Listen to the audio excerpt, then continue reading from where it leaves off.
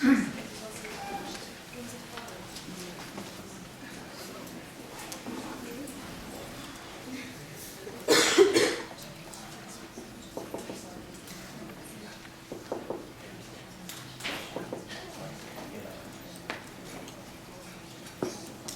afternoon. How's everyone? How's everyone? Good. The semester's going well? Not too far from Thanksgiving and finals, right? So strong at the end of the semester. So welcome to the CCGS lecture. This, I'm sure, is going to be interesting, and I would say get questions ready, too. We have a national scholar here to speak with you and interact with you, and I'm sure it's going to be interesting. So thanks for being here. I'll turn it over to Dr.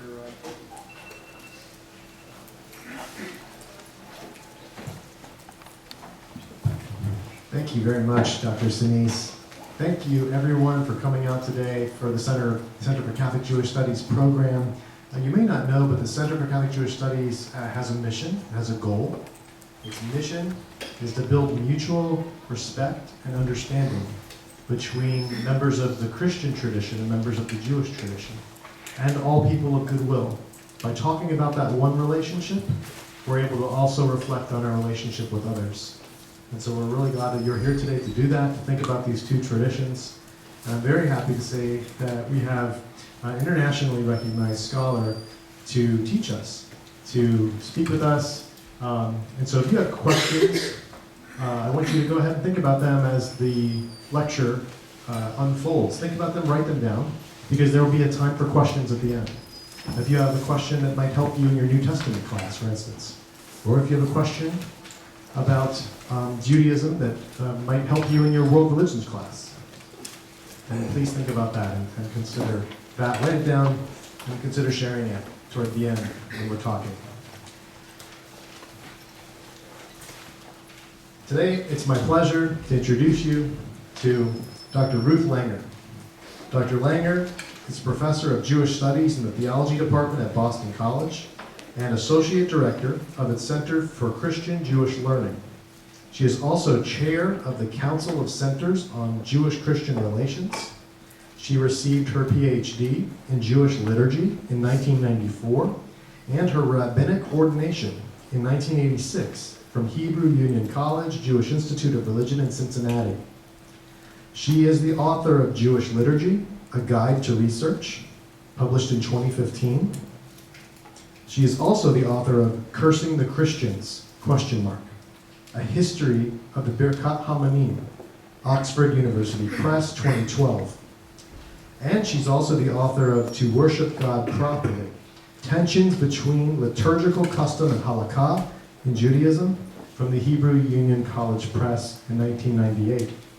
And Dr. Langer also co-edited Liturgy in the Life of the Synagogue in 2005. She's published numerous articles in the area of Jewish liturgy and also Jewish-Christian relations. And Dr. Langer is also a teacher of PhD students.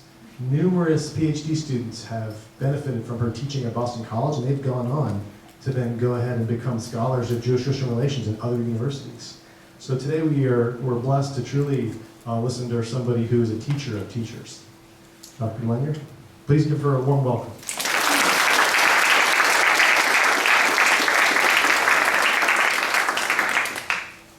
Thank you so much, and really do mean write down your questions. We're going to play Stump the Professor after we're done. So that's a requirement for lectures that I give.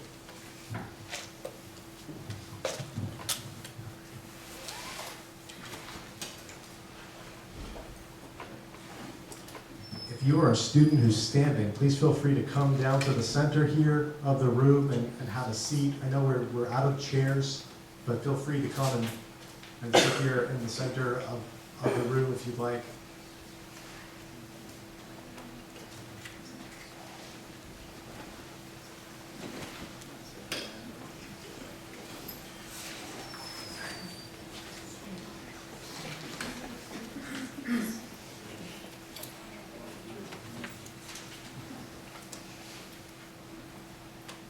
so the rest of you are preferring to stand, and I will take that seriously. When Jesus and other Jews of his day wanted to gather to worship God, where did they go, and what happened there? As the New Testament records, there are two answers to this question. This isn't working.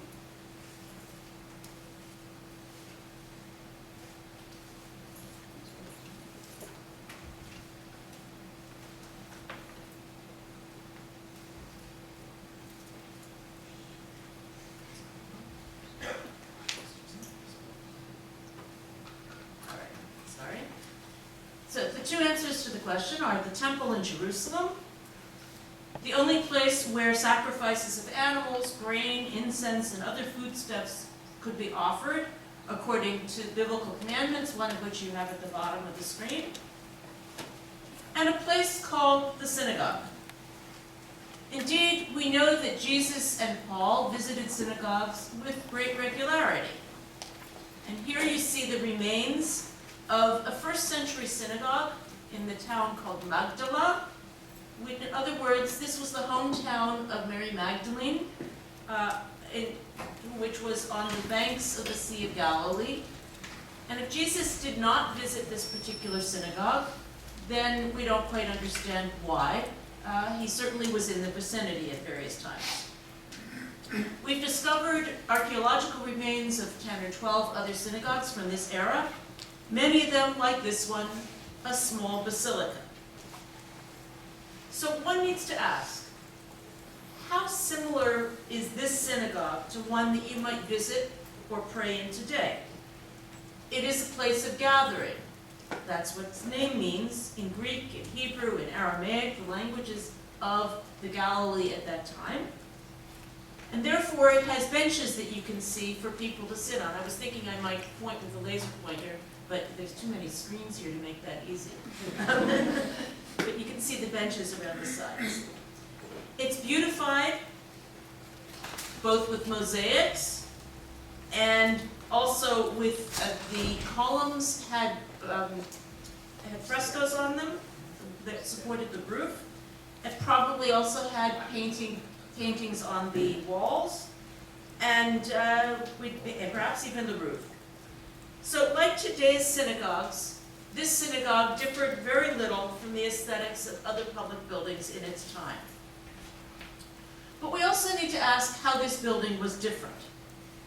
This synagogue uniquely had this carved stone block in its middle, and lots of ink has been spilled over what its purpose was. We don't have any one answer, but one thing is clearly true is that it is Jewish, and you can see that by this menorah in the middle of it. That was one of the primary Jewish symbols of this time, a symbol taken over from the Jerusalem temple. Otherwise, there's very little that we can say about what exactly was happening in the synagogue based on what the archaeological remains show. But we do get a picture of what happens when we read the stories of the New Testament, what happens when Jesus and Paul go into synagogues. So the New Testament mentions reading of Scripture and preaching or teaching based on that Scripture. Luke records this as something that happened early in Jesus' ministry. But we need to ask, was there anything, did Jesus encounter anyone in charge in that synagogue? Anyone who might be an equivalent to what we would today call a rabbi? And Luke just mentions some attendant to whom Jesus returns the scroll, but no real authority figure. Acts mentions synagogue officials, but not rabbis. Yet most synagogues today, at least in the United States, have a rabbi as a leader, functioning as its clergy. But there is no evidence at all for this in the New Testament or in the time of the New Testament. So we have a problem, and we have some questions that we need to ask in terms of how we bridge from that period, that situation that's documented in the first century, to the reality of later times and especially today. So, as those who study synagogues professionally began to realize only about 35 years ago, there is no indisputable evidence that what took place in these ancient synagogues in Jesus and Paul's time was indeed some kind of verbal worship of God. The temple in Jerusalem, and here you see a reconstruction of two of the entrances on the top picture, and the altar at the bottom. This was the official place of worship for Jesus and Paul and the other apostles as well. That's why Jesus was in Jerusalem celebrating the Passover when he was crucified. And that's why the apostles were gathered there with all the other Jews for Pentecost, as the second chapter of Acts reports. There's not a single source that suggests that official worship of God took place in the pre-destruction synagogues or outside of the Jerusalem temple. And corroboration of this appears in this Greek dedicatory inscription for a first century Jerusalem synagogue. Maybe there's somebody in the room who can read it, but I will tell you the translation. It says that this synagogue's official, his name was Theodotus, was also a priest serving in the Jerusalem temple. He had inherited his leadership of this synagogue and from his father and his grandfather, and had apparently rebuilt it for whatever reason. So what did he dedicate this synagogue for? It says for study of Scripture, for teaching Scripture's contents, for teaching the law, and for hospitality to pilgrims. He says nothing about prayer or about rabbis. So if today's synagogue is a place of prayer following rabbinic leadership, even if it doesn't personally have a specific rabbi, how did this change? When and how did this merger come to take place? When and how did the synagogue become rabbinic and rabbinic liturgy become Jewish liturgy? Related, of course, is the question of when rabbinic aspirations to leadership succeeded. We know that a vast number of different groups making various religious claims competed with one another for places of authority within the Jewish community in the early first century. We also know that of all these groups, only two of them survived: Rabbinic Judaism and Gentile Christianity. The synagogue's origins are in this period of variety from the first half of the screen, apparently with each of them having some kind of gathering with a common focus on reading and study of Scripture. Christian liturgy has its roots from this earliest synagogue too. So Christianity transformed these roots into the church's liturgical life, adding to these elements of Scripture, and which is now the liturgy of the Word, adding to it the element of a meal, perhaps part of the original synagogue's hospitality function, perhaps coming from some other context, but now the symbolic sacrifice of the Eucharist. Sacrifice itself became a transformed element for all, because in the year 70 of the Common Era, the Judeans lost the revolt against Rome, and the Romans destroyed the Jerusalem temple, carrying off its riches as booty, as they memorialized and celebrated in the Arch of Titus that's on the Roman Forum still today. That's the top picture. And when they destroyed the temple, they sent its massive blocks cascading down onto the first century street below, where they can still be seen today. They've been uncovered by archaeologists. You can touch those stones. And you get a sense of the scale because there's a person standing over on the left. So too, the other survivor, Rabbinic Judaism, transformed the earliest synagogue into a new institution that met the needs of the world that no longer had the Jerusalem temple. A world in which official worship of God could no longer be sacrificed, because that could only be offered in Jerusalem, and where worship then became purely verbal. Responsibility for this worship transformed from belonging to a hereditary priesthood to resting on the entire community. So the billion-dollar question is, how did this happen? How did the rabbis beat out their competition, construct a new system of worship, spread it to a world without Facebook, Instagram, or Twitter, and get the Jewish world to accept it? How could you communicate without those devices? It's hard to imagine. The answer used to be that the temple and its sacrifices were an outmoded institution. Nobody cared about them. Nobody was particularly upset when the Romans brought it to an end by literally pushing those parapets down onto the streets below. And here, the top picture now shows what those parapets were, and the street that we have those blocks on is what goes under that arch, and you can just see on the top right of the picture the very bottom of that arch. Today's scholars are pretty well agreed that losing the only place where Jews could fulfill God's expectations of worship generated a major trauma. Jews were in shock. Christians began to assert that this was a punishment for Jews' rejection of Jesus. But this only helped lead to what we call the parting of the ways. A relatively small group of rabbis offered the Jewish response that eventually won out. They fairly quickly began to figure out both what temple rituals could be continued elsewhere and how to compensate for those central ones that could not. It also used to be presumed that the liturgy that eventually remerged was already taking place in the synagogue. But as we've seen, there's no actual evidence for this. Synagogues existed, but they seem not to have been places of rabbinic influence. So where was this early rabbinic liturgy located? For this, we are reliant on textual evidence. If the other Jewish groups of this period generated texts, no one copied them, and we have not received them. We have nothing.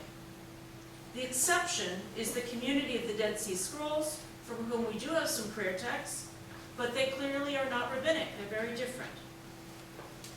The earliest rabbinic text, the Mishnah, reached its mature form in the early 3rd century CE, and it's to that we must turn if we're looking for some evidence. The Mishnah tractate Megillah explicitly discusses the synagogue as the locus of Scripture, i.e. the Torah scroll, its associated holiness, and presumably its reading.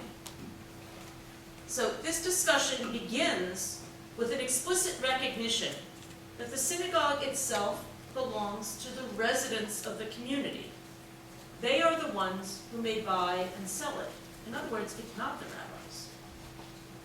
The rabbi's concern, though, is to assure that this is done according to a rabbinic hierarchy of values.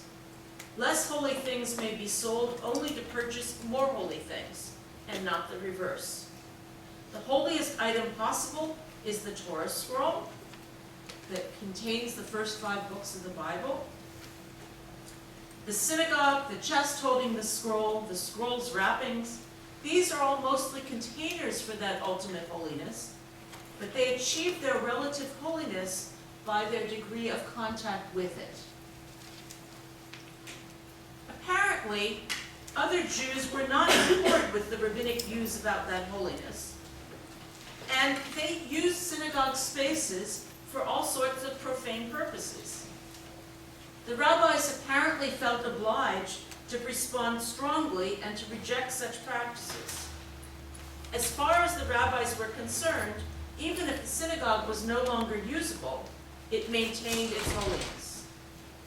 The specificity of Rabbi Yehuda's rulings here suggests that people were indeed using synagogue ruins as convenient spaces for funerals, for making rope, for drying fishnets or fruit, or as available for shortcuts. text suggests that people were using active synagogues inappropriately as well. Thus, these rabbinic texts were aspirational. They suggest that the rabbis did not control the communal synagogue in this period, but they wanted to.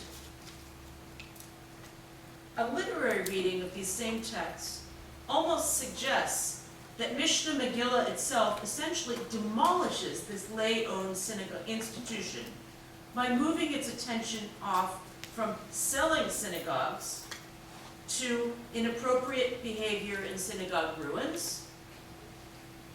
The remainder of this chapter and the beginning of the next discuss scripture reading, and the synagogue itself completely drops out of this discussion. The Mishnah then discusses the rest of rabbinic liturgy, similarly in this synagogue-less context. So there is no, they talking about liturgy, they're talking about synagogues, but the two are not needed. In other words, the composition does present the pre-rabbinic function of the synagogue, scripture reading, and rabbinic worship as a seamless whole, but it's possible that it's only our presuppositions in reading it, because we know them as a seamless whole, that lead us to imagine that the rabbinic synagogue, that the inhabitants of the town had been buying, selling, or misusing, was indeed the same place where the liturgy was located. Indeed, rabbis do not seem to understand Torah reading itself to be dependent on the synagogue as a building or as an institution. So let's query this problem more deeply by attacking it from yet another angle. The early rabbis refer to the person who leads their central prayer as the one who passes or goes down before the teva, the chest. And that would be the movable chest containing the scripture scrolls, perhaps something like this cabinet that's portrayed on a piece of Roman glass found in Ostia, the fort near Rome, or in this also Roman depiction of a portable bucket for carrying scrolls. So when Mishnah Megillah is describing a hierarchy of holiness, and it places this chest in the synagogue, we need to ask, is that the only place where such chests were found? Why wouldn't one have scrolls in one's house or somewhere else? Various references make clear that this chest was brought in when it was needed. It talks about moving the chest. So the vast majority of the references to a person going down before the chest to lead prayers do not otherwise indicate a location for the liturgy, except that they presume a communal setting. They seem not to indicate any dedicated structure where that liturgy occurs. An example is the ritual for public fast days in a time of drought. Under what were life and death circumstances, the community brought this chest into the city square where an elaborate ritual was performed. After placing ashes on top of the chest and on the heads of the community leaders, so imagine your president, I guess he had to step out, imagine him with ashes on his head, yeah? This was being done as a sign of debasement, self-abasement before God, but also on the chest of the holiness object that the community owned. Right? The eldest person then would preach penitence to the community. And then a married elder, specifically married elder with hungry children, somebody who was really worried about the drought, would lead the community in 7 supplicatory prayers, accompanied by appropriate biblical verses, and punctuated by priests blowing on horns. So you can imagine the drama of this ritual that was going on. But this prayer did not take place in or necessarily near the synagogue. It's not even evident where the chest was before it was taken out. Even when rabbis domesticated this ritual into their own liturgical system, making it a prayer of 24 blessings instead of 7, they did not change its location. Therefore, prayer before the chest did not necessarily mean prayer in a synagogue. So now a different angle. Let's reverse the question and begin with the liturgy itself. If the synagogue belonged to the community, were there rabbinic-style prayers in that synagogue? That the earliest rabbis did not see an integral connection between their prayer system and the synagogue is suggested simply by the organization of the Mishnah, their earliest texts. Its discussions of prayer mostly appear in the tractate known as brachot, blessings, while the synagogue discussions appear in the one called Megillah, scroll. Rabban Gamliel, a leading rabbi of the late 1st century, maybe early 2nd century, taught that everyone is required to pray a prayer of 18. 18 what doesn't say, but we guess blessings. His colleagues apparently debated only about the nature and extent of this requirement, not its essence. But how did this actually work? Did people need to gather for prayer? And if so, how often? Do we have indication of a communal synagogue context? Does everyone mean just that? Or did it mean just rabbis? The rabbis talk about themselves that way sometimes. Other contemporaneous texts suggest answers to some of our questions. The rabbis like to discuss exceptional circumstances. What is clear is that they expect everyone to pray, no matter where they are. Travelers who would endanger themselves by stopping abbreviate. If their four-legged conveyance might run off without them, then stay on that donkey or horse or camel. If they're traveling by boat or wagon or airplane, they can stay on it and pray there. None of these examples are in the synagogue note, though they might reflect the reality of a rabbinic elite. But what about hired labor? They should stay put to recite prayers for which they sit. For standing prayers, if they're in a smallish tree like an olive tree or a fig tree, they should stand in the tree to pray. But the person who's paying them should get down to ground level. Makes some sense. And again, none of these are in the synagogue or before the chest. And the bottom one on the page on the screen suggests that these laborers don't even fully count even when they are in the synagogue or before the chest. They don't lead the prayers. These might be exceptions. So what was normal? I know of only one early text that suggests that this was in the synagogue. It requires converts to differentiate themselves ritually from other born Jews in the first blessing of the prayer of 18. In that prayer's reference to the biblical patriarchs, where born Jews refer to God as the God of our ancestors in the first person. In private, it says converts must substitute Israel's ancestors in the third person. And in the communal setting, in the synagogue, converts recite your ancestors in the second person. I suspect, though, that it's the communal setting that matters here, and the word synagogue is a later interpolation, although I've asked and nobody knows of any way to verify my hunch on this particular thing. With this one exception, though, then rabbis never associate the obligation to participate in their liturgical system with any particular location in this period, this early period. Indeed, there are numerous sources, mostly later, that record the preference of individual leading rabbis to avoid the communal synagogue, even when services were being held there. So we're going to look at some of those. The earliest clues include that when the early 2nd century Rabbi Akiva prayed in the presence of a community, he would shorten his prayer. But when he prayed privately, he would not only pray at such length that one could leave, return, and still find him in mid-course, But his bowings and prostrations, i.e. his expressions of religious enthusiasm, would move him from one corner of the room to the other. This a prayer where one's supposed to be standing in one's place.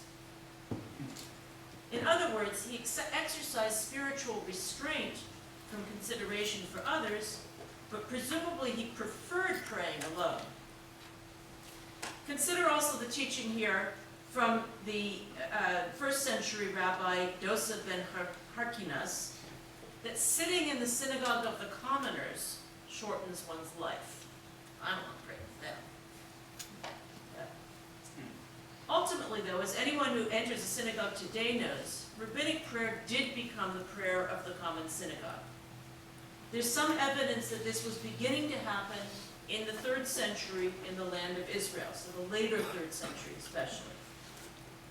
In the Talmuds, we see evidence of a continuing transformation, at least in the land of Israel and Babylonia, i.e. the areas of active rabbinic leadership.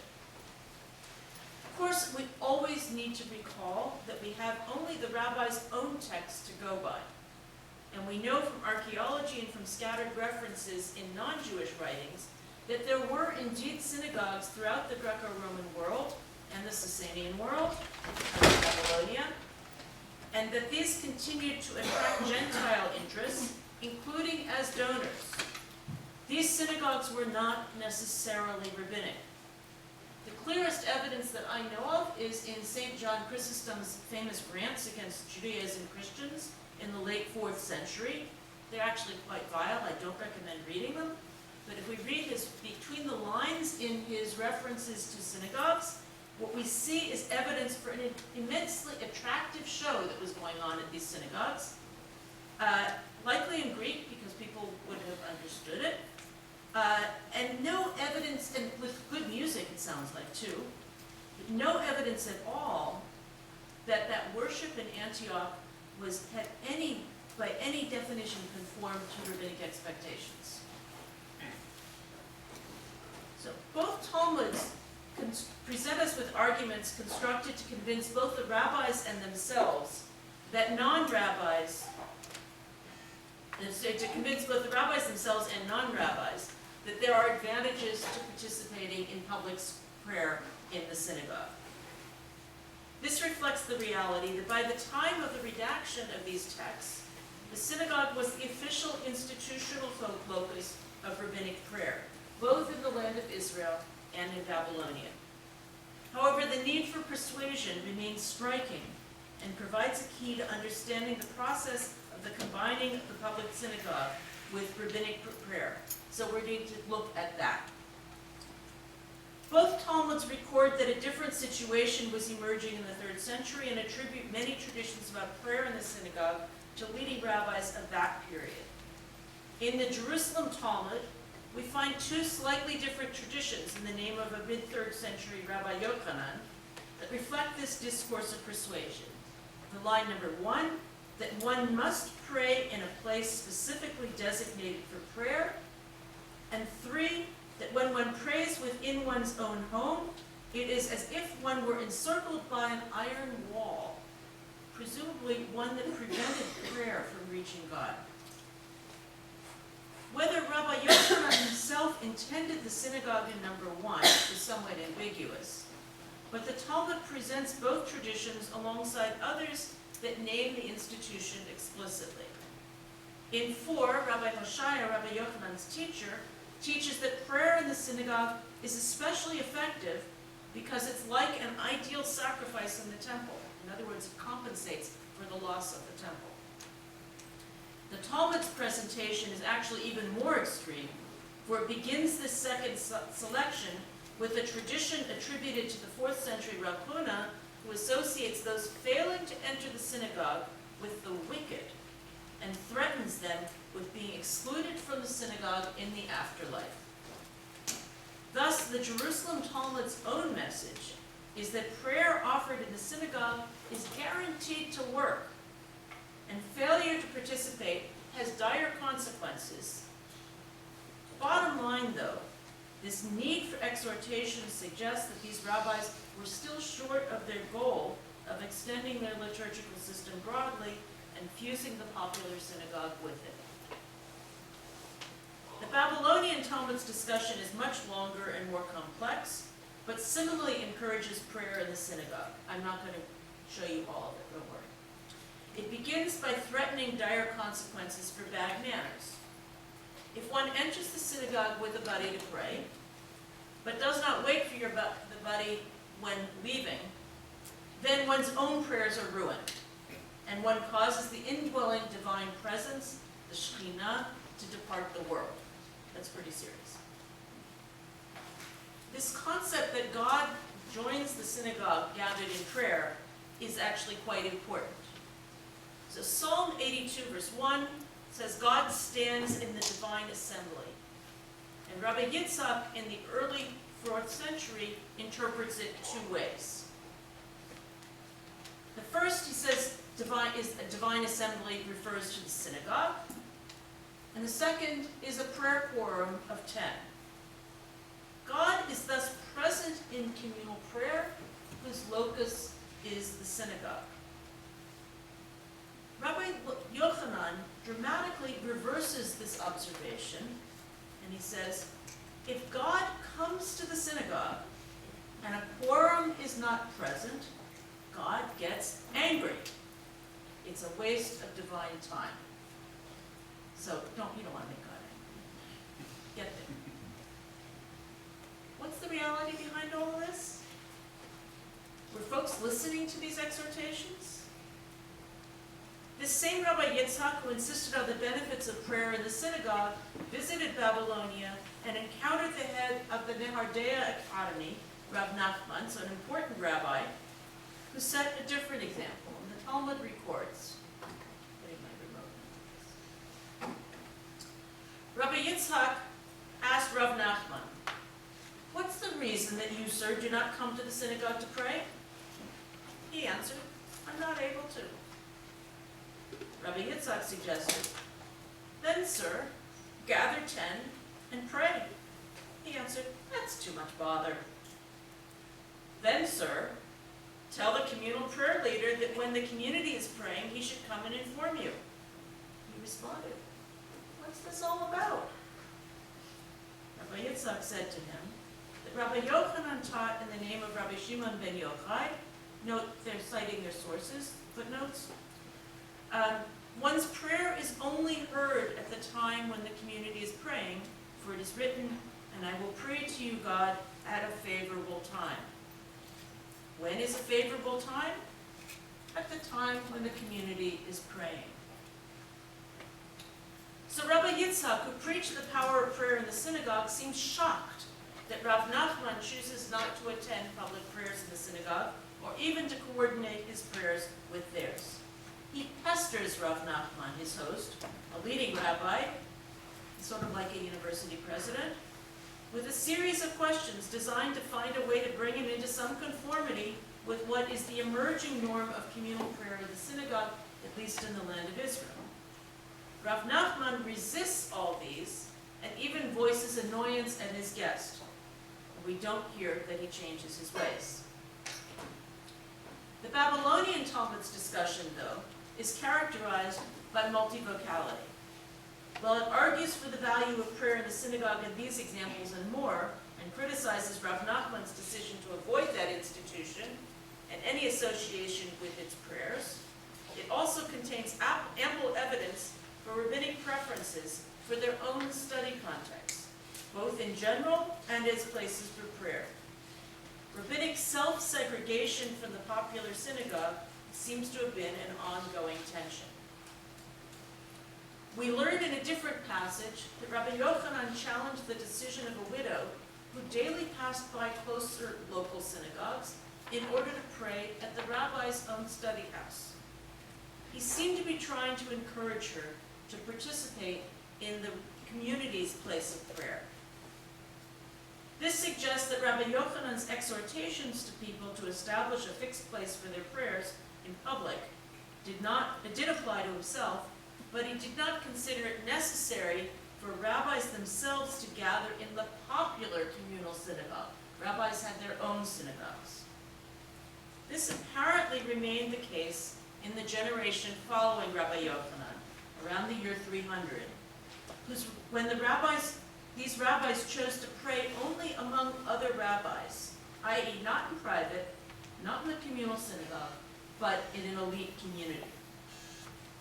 Babylonians following this lead, like Rav Nachman above and Abaye here, seem less concerned about the communal aspect of prayer. Yet, if we turn to archaeological evidence, like this fantastic synagogue mosaic from Tiberias, that Rabbis Amay and Asi were probably avoiding, we see the development of a building that more and more seems constructed to accommodate rabbinic prayer. First, you can't tell by the picture, but the synagogue is oriented towards Jerusalem.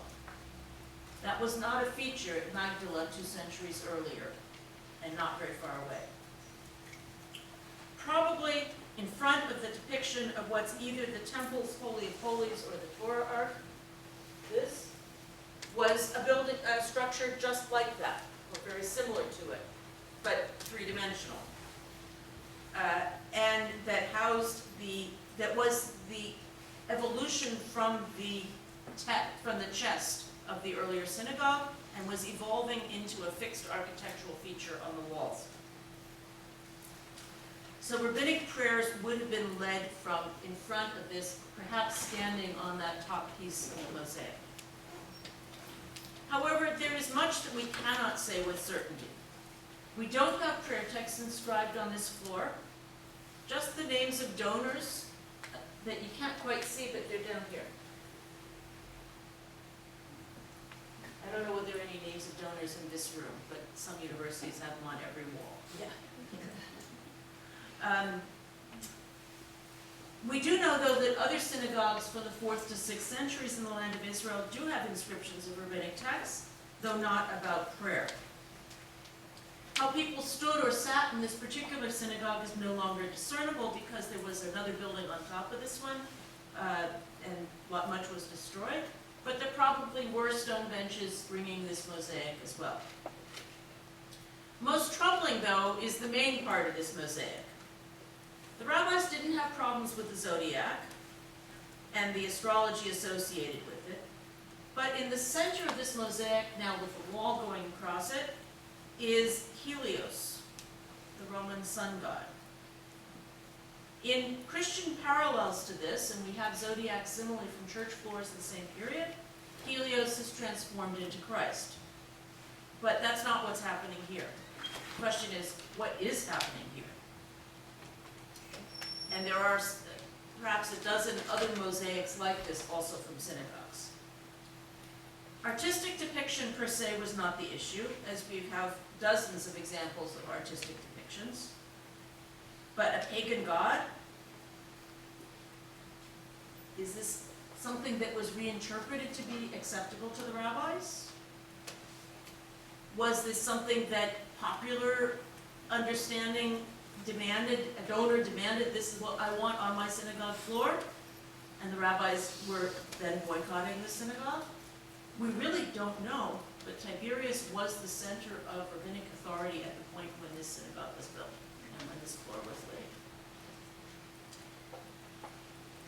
We've seen that the synagogue definitively began before the rabbis came along, and that they struggled to transform it into an institution that conformed to their expectations and accommodated their rituals.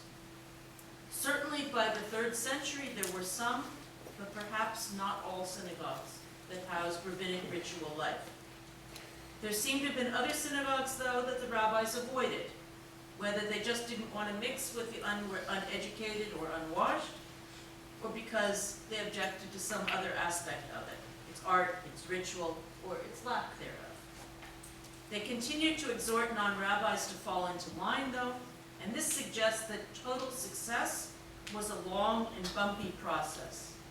By the end of the 1st millennium, so another 700 years from where we've been talking, the rabbis had mostly won. Most. Thank you very much.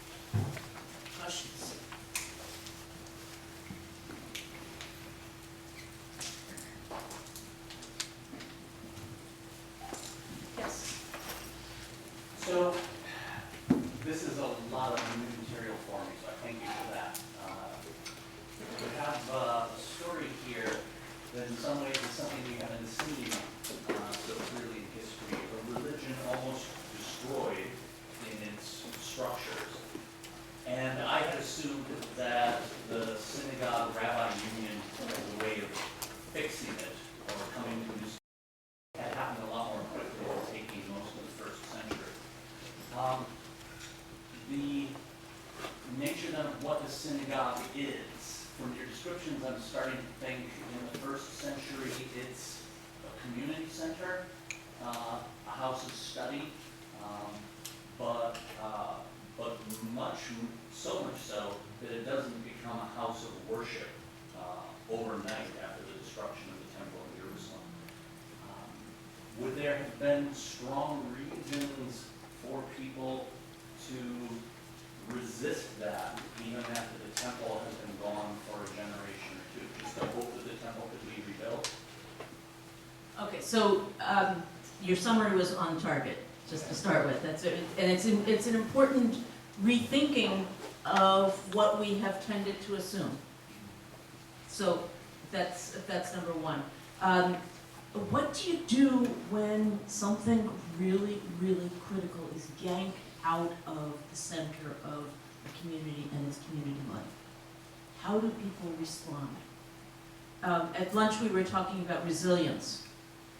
And if you can go back to what you had before, then one of the things that you do as a resilient community is you reconstruct. But the Judeans, the Jews of the late first century, didn't have that as an option. They were still under Rome. And so central to the rabbinic liturgy that develops and is still central to traditional Jewish liturgy is that hope that the temple will be rebuilt. I personally don't think about it too hard because there's all sorts of problems around that. Among other things, that the place of the temple is the third holiest place in Islam these days. And so we're talking major wars, were there to be anything happening. I mean, I don't want to go there. In any way, I mean, in any shape or form, I don't want to go there. But that's central to the sense of Jewish liturgical life from then on, is this sense of being in exile from the Jerusalem temple. And that determines what's being rebuilt.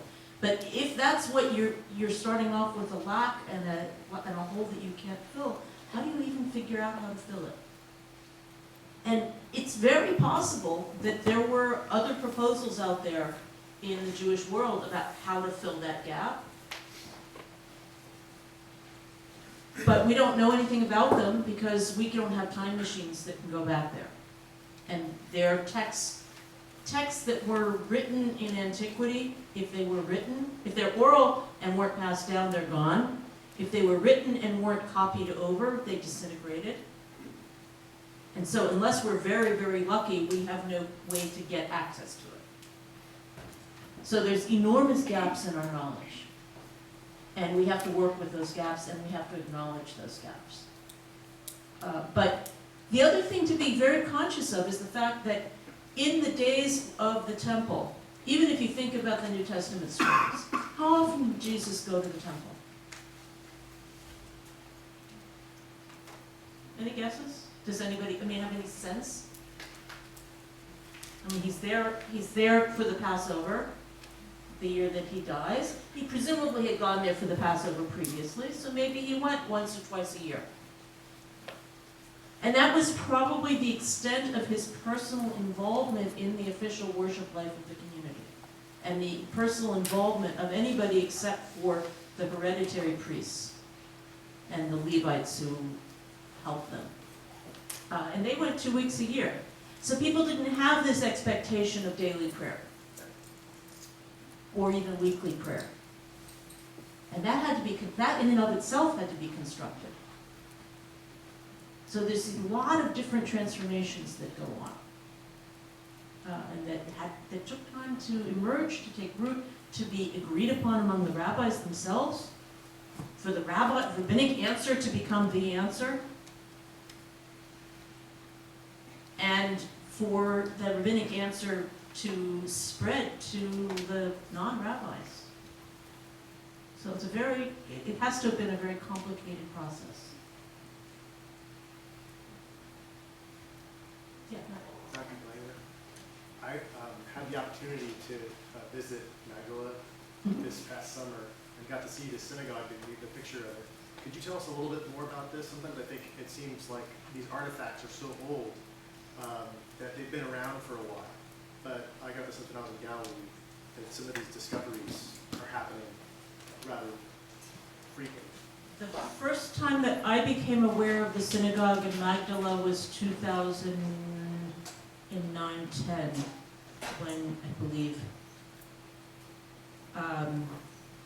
when I was in Israel for the year, and someone said, oh, you've got to come, I'm going to let you in. This is a place where I have access, but you can't just walk in and see this archaeological site. And he brought me to see the synagogue as they had just discovered it. Well, they still had that's why I know there were frescoes on the columns, because they were still in sight there. And they had not, so then it was newly discovered. And since then, it's been made into a tourist site. In fact, I think at this point there's even a hotel there that they were just dreaming of at this point. The Franciscans had ownership of the property and wanted to make this a major tourist site, and they've succeeded, I understand. But the synagogue itself is maybe, the floor space is about half the size of the center section. Gives you a sense of how small it is. So it would have been, even if everybody were standing, let's say 20 or 30 people at a time. That's the community that would have been gathered there. So not a big space, and Magdala itself was a pretty prosperous fishing town. That's what we know about it. Yes. Thank you for a superb lecture. I very much enjoyed it. I learned a lot. And I hate to follow up such an informative lecture asking you about something you didn't talk about, but I think it's related, and we're talking about Christian-Jewish relations. So one of the ironies, I'm also a professor of Jewish studies and stuff, and one of the ironies for me is that I work on Jewish theology and rabbinic theology. And we have this body of literature, Agada, which has long been understood as homilies, as things that the rabbis preach. But now for 4 decades, we've been removing the rabbis from the synagogue, but we still haven't done this rethink on what Agada is and what the role of theology in rabbinic Judaism. So how do we get to a place where we get people who are working on rabbinic theology to take seriously the historical aspect of rabbinic movement? And do you have any thoughts about what the role of theology in Yeah, the historians and the theologians at Boston College don't talk to each other to begin with. This is the first answer. I mean, part of the picture that I'm drawing is a picture that is fairly newly on the consciousness even of the historians, and different pieces of the historians are not necessarily working together on this. But one of the pieces that's going on is also a questioning of the degree to which rabbinic literature itself can be taken as a basis of history. So that's a whole other set of questions, and I was choosing to ignore that, but also when you start looking at the texts about things having to do with liturgy, you see a predominance of texts that are ascribed to Rabbi Yochanan. And it seems at that point that it's unlikely that it's not Rabbi Yochanan and his circle who are really formative thinkers in liturgy. And that's why I place this as a late 3rd century where things are beginning to move and change. And you're having stories, which is what Agada is. It's more than theology. It's not just theology, although it's where theology gets expressed in the Jewish texts. But it's not just theology. If we have a story that Rabbi Yochanan is having intersection with a widow who is walking past several community synagogues to get to his synagogue, and he's telling her not to do that, that's Agada. Is that theology? It's more communal instruction. It's more pastoral, essentially, in terms of what he's doing. So I think that what's being expressed when we start talking about how do we get theology from these texts, we have to talk about these texts as constructions of the rabbis and their conceptions of what Judaism ought to be. And that doesn't necessarily get us to history in a simple way, anyway. Any students want to ask questions? Got a lot of students here, I think, just looking at their, yes. We spoke about Babylonia, Judea, and Antioch, but to what extent did rabbinic influence extend to the rest of the Roman Empire or later into Europe? Okay, so that's a question that scholars are asking a fair bit in the last decade or two. There's some articles about this, and really questioning to the degree to which the rabbinic influence spread beyond these two centers. Antioch would be part of that greater Greco-Roman world in this period. It's a very good question, not an easy question to answer, because in many cases, large parts of the Greco-Roman world, places that are Arab countries today, it's virtually impossible to do Jewish archaeology. And the evidence for these sorts of things is going to be coming primarily from doing archaeology and finding inscriptional evidence. So we know that there are synagogues, but the synagogues that I know about in detail are ones that were found in the 1920s. So a different political era where one could do that kind of archaeology. So that's a piece of the question. So we know that there are Jews around the Roman Empire, even before the time of Jesus, really. We have inscriptional evidence, but quite frequently very, very almost illiterate Hebrew texts on tombstones. I mean, with like a scrawled hand, if you can scrawl when you're inscribing on stone, it will say the word peace, shalom.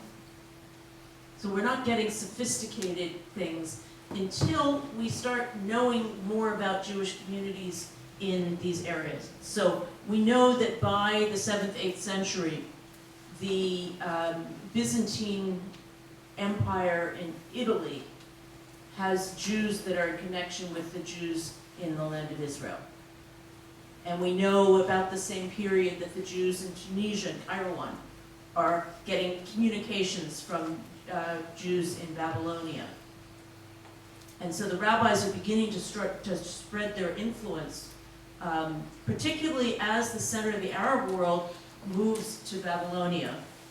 Then the rabbis there piggyback on the trade routes and the authority that's emanating out of Babylonia and start spreading rabbinic Judaism through everywhere they can reach, which goes east and west. And we have then Jews in Cologne, for instance, in the 3rd century, but rabbinic Jews, maybe the end of the 1st millennium. So it's a very good question, but we don't really have the evidence to, and of course, once you get into wet climates, paper and even things written on parchment, on animal skin, are not going to survive. So we don't have ways of finding treasure troves of documents. So these ones, but it's a great question. Someone else? Time for one more.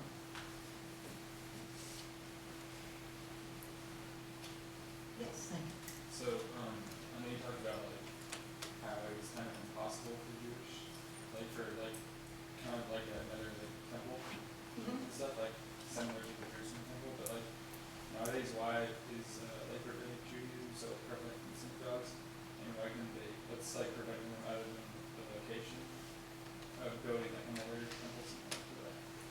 Well, first of all, there's an understanding that's drawn from Deuteronomy primarily, so the last book of the Pentateuch, and I showed you one of the verses from it, which says that sacrifices may only be offered in the place which God will choose, and that's understood to be the Temple Mount in Jerusalem. So there were a couple, in antiquity, there were a couple other places where Jews had temples, but Rabbinic Judaism understood absolutely that there's only this one place.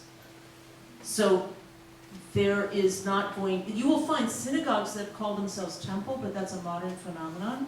And that's partly from a move in modernity to say, we don't want the old temple rebuilt, we're going to use the name ourselves. And so primarily Reformed synagogues call themselves temple, but certainly in New England, conservative synagogues do as well. So there's confusion around that language right and left. But also, modern Jews don't really want, they've got very mixed feelings about this idea of offering animal sacrifices. Yeah? Not mixed feelings, I think they basically don't have any interest in doing it. So, in fact, there was a very great, very important rabbi in the land of Israel before the state was founded, Rabbi Abraham Isaac Cook, who was the chief rabbi under the British, and he was a vegetarian. So he said he very much wanted to pray, would pray for the temple to be rebuilt, but in that rebuilt temple there will only be vegetable sacrifices, vegetable offerings. So part of it is a lot of diffidence about moving to offering things to God in that sense. The world has changed. And even the people who go and look at Maimonides, who was a great 12th century rabbi, probably the greatest 12th century rabbi, who wrote that the sacrificial system was instituted because the Jews, when they left Egypt, couldn't have comprehended any other kind of worship of God. But thank goodness it's gone. We didn't say it in those words, but that's how I read it. Yeah? That we've moved on, and we can worship God in a higher and better way now. So it pulls in various directions. So there's still this sense of exile from Jerusalem for traditional Jews. Less traditional Jews don't feel that sense of exile. But it's one of the tensions within the Jewish community, and one of the complexities within the Jewish community. So, just as there are lots of different opinions within the Christian world, lots of different opinions within the Jewish world on such things.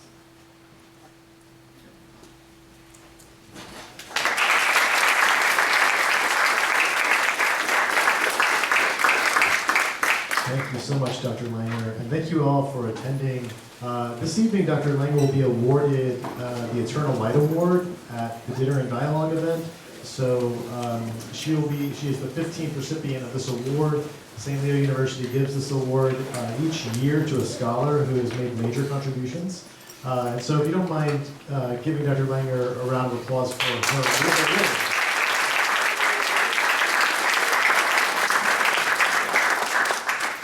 I'd also like to invite any of my students from World Religions. If you need to sign in, there'll be a sign-up sheet right here at the front of the room. Feel free to stop by and sign that on your way out. Thank you very much for coming.